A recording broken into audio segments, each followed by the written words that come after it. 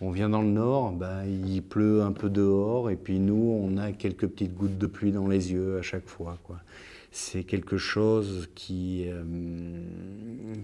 nous oblige à nous remettre personnellement en question, à voir qu'en fait la vie est pas si sinistre que ça, qu'il y a tellement de choses, tellement de bonheur. C'est un regain d'énergie en plus, si on le prend personnel, à chaque fois, qui est énorme.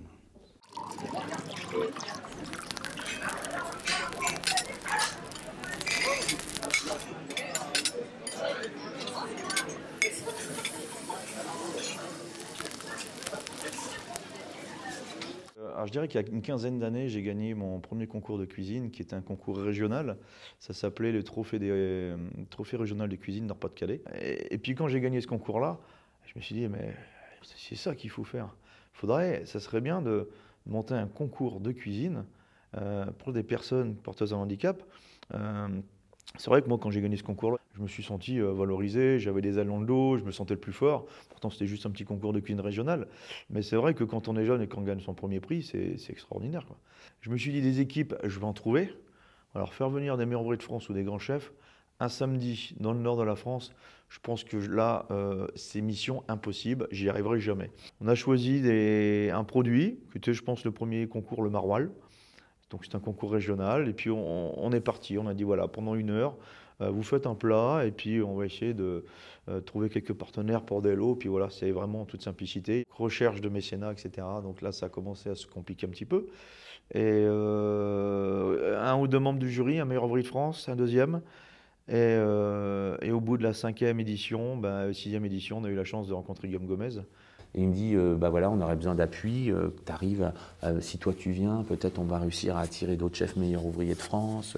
On est sous une tente, un chapiteau, il fait moins 63 degrés, il y a 28 mètres de neige dehors, les ours polaires vont attaquer, on boit une bière, il est 9 h, et il me dit, tu sais, ça va être l'assiette gourmande l'année prochaine. Et là, je lui dis, là, je te promets, je viens, voilà. Et j'arrive ici et je suis vraiment bouleversé, tu vois, je t'en parle, j'ai les larmes aux yeux. Je suis bouleversé par ce que je vois, par les gens que je rencontre, les passionnés, des gens qui vivent ça au quotidien. Alors les gens nous disent « Ah, c'est super ce que vous faites ». J'ai dit « Attendez, ce que je fais moi, c'est 1 journée par an, c'est 2 jours par an. Je les accueille 1 semaine par an à l'Élysée. Je dis « Je fais rien ». Eux, c'est tous les jours. Eux, c'est tous les jours. Tous les jours, tous les jours, tous les jours. Depuis que Guillaume vraiment s'est engagé avec nous, nous a aidé aussi à trouver des partenaires, des sponsors, à faire grandir ce concours. Mais quand on voit tout le chemin qui a été parcouru en 14 ans, je pense que c'est une belle réussite, quoi. Alors, sincèrement, l'assiette gourmand, il n'y a aucun moment de découragement. Il n'y en a aucun parce que ça se fait toujours avec simplicité, avec de l'amitié, simplicité, et on le fait tous avec le sourire. Sincèrement, je pense que c'est une charge pour personne. On ne se ferme pas, justement, je pense qu'on s'ouvre. Et chaque personne qui nous tend les bras, qui nous tend les mains, eh ben on écoute, on prend le temps d'écouter les gens et on accepte. Mais clairement, maintenant, là, ce soir, aujourd'hui, en tous les cas, on était 5 présidents de l'association. C'est des gens enfin, qui ne gagnent pas des 1000 et des 100. Et là, je comprends que Benoît, cette année, il va y aller de sa poche. Et là, je lui dis, attends, Benoît, c'est pas normal, qu'est-ce que tu fais? Comment ça, tu vas de ta poche? Oui, non, mais c'est pas grave, t'inquiète pas, ça, c'est pas grave. Et là, je lui dis, mais attends, Benoît, je dis, il est hors de question. Je dis, tous les mecs qui sont là, nous, on n'est pas à plaindre. Hein. Moi, je suis pas à plaindre. Hein. Je peux aujourd'hui payer ma chambre d'hôtel, mon train et mes carottes râpées le soir. Donc, je lui dis, tu me dis combien tu te dois, combien on te doit et tout. Et on paye. Et bon, là, ça s'arrange. Je vais voir, je me souviens, Olivier Quinault. Je peux lui rendre hommage aussi parce qu'il soutient Benoît depuis longtemps. Qui s'occupe de la communication d'un groupe d'agroalimentaire, on ne va pas leur faire de pub quand même si je les aime beaucoup. Et je vais voir Olivier et là je l'insulte. Et là il me laisse parler, hein, il me laisse l'insulter gentiment, c'est quelqu'un d'adorable Olivier. Et une fois que j'ai fini de m'énerver et de l'insulter, il me dit c'est bon, ça y est, t'as tout dit. Il me dit Guillaume, il ne m'a jamais rien demandé. Il me dit de venir avec des lots, je viens avec des lots. Il me dit s'il me demande de l'argent, je lui donne de l'argent. Et j'ai dit à Benoît, t'as pas le droit, parce que ce que tu fais aujourd'hui, ce que tu as monté, il faut que ça perdure. Je te le souhaite pas, si demain il t'arrive quelque chose ou si demain t'en as marre, il faut que ça puisse continuer, pas pour toi, parce que tu le fais pas pour toi, tu le fais pour eux, mais pour eux, il faut monter une structure. Donc ils ont monté une association, il n'y avait pas d'association. On n'est pas dans le jugement, dans le regard, on n'est pas dans l'élitisme, on est dans l'humilité. dans l'amitié, le partage, la transmission, ça c'est certain. Et on se sort grandi. Quand on sort d'un concours tel que celui-ci, pour moi c'est le plus beau des concours, de toutes les façons. Donc vous avez 2 personnes trisomiques qui s'embrassent, qui se remettent leur trophée, la passation de pouvoir, qui se parlent entre eux. Puis il n'y a plus rien qui existe, quoi. Ils sont aux anges, ils sont tous les deux extraordinaires. Moi je vois ça, après c'est vrai que le câlin de Pierre-Henri au président de la République, c'était magique. Là, ça fait 2 jours. Hier soir, on a pleuré. Ce matin, on a pleuré. Là, dans 5 minutes, je vais pleurer.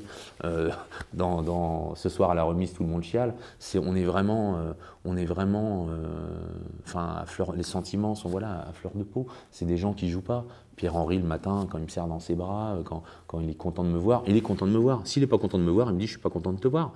Quand il n'est pas dans son assiette, quand il n'a pas envie de quelque chose, il nous le dit. On le voit en cuisine. Je l'ai eu pendant 3 jours à l'Élysée. Voilà, on est passé par tous les caps. Et son éducateur Stéphane, lui, il mérite les médailles. Il mérite les médailles qu'il n'a pas.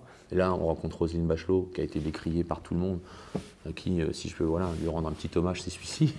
Roselyne Bachelot, qui est venue ici, mais un moment fabuleux pour les jeunes, pour les encadrants, un ministre de plein exercice qui se déplace. C'est pas médiatisé, c'est parce que voilà, c'est un dossier très important pour la présidence de la République aujourd'hui, comme ça l'était il y a déjà plusieurs années, et qu'il faut faire changer la vision que portent les gens sur le handicap. Ce qui est important, c'est qu'on devienne tous les ambassadeurs de comment on peut accueillir et comment on peut les accompagner dans leur projet de vie, quoi. Ils sont pas, alors oui, certes, ils sont peut-être différents un peu mentalement, mais ils ont un talent exceptionnel. Comme le disait Christian Millet tout à l'heure, par rapport à d'autres concours, il y a juste un niveau qui est impressionnant, vraiment impressionnant. Impressionnant. La cuisine, c'est l'art de transmettre, c'est l'art de donner, c'est de l'amour principalement, c'est de la remise en question au quotidien. Et puis si ça peut rassembler, ça rassemble la cuisine. Donc voilà. Donc si ça peut rassembler au-delà des différences, pouf, c'est génial. Essaye, tu risques rien. Parce que c'est des gens qui sont tellement impliqués quand ils ont envie, et ils ont envie, et que cette implication, c'est plus à nous de nous adapter. Effectivement, moi j'ai un restaurateur sur l'île qui a embauché 2 personnes handicapées. Ça, c'est l'assiette gourmande. Et quand on leur explique que, bah oui, à un moment donné, ils ont des qualités, mais il faut aussi prendre leur temps, notre temps, d'être pédagogue, de leur expliquer. Et quand on prend le temps de bien expliquer une personne handicapée, quand elle est bien coachée, bien gérée, bien encadrée, bah c'est une personne qui a des qualités comme tout le monde. Ok, elle a peut-être des fois des problèmes de compréhension, elle a peut-être un handicap. Je pense que nous aussi, des fois, on est handicapés sur certaines choses. Sauf que nous, ça ne se voit pas, et eux, peut-être qu'effectivement, ça se voit plus.